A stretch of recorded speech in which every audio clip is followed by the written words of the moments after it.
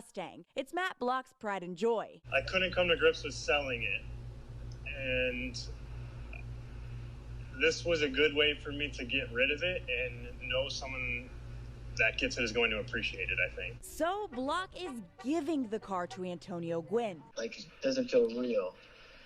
It seems like this is like a movie just going on. The 18-year-old Hutch Tech student spent around 10 hours cleaning up Bailey Avenue in Buffalo after the violence Monday night, because he says it's something his late mom would have done. The car he sent me a picture of was the same exact car that my mom first had got me.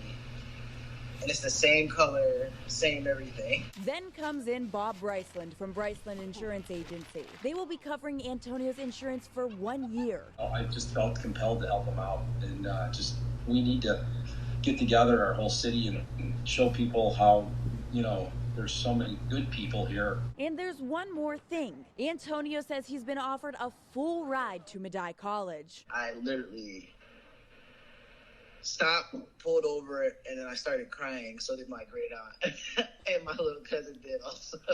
His original plan was to go to trade school and save up for college.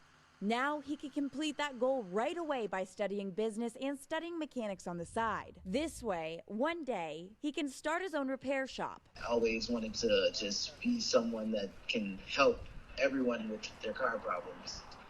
So this is like a great opportunity I have right in front of me. And of course, Antonio plans to continue to pay it forward.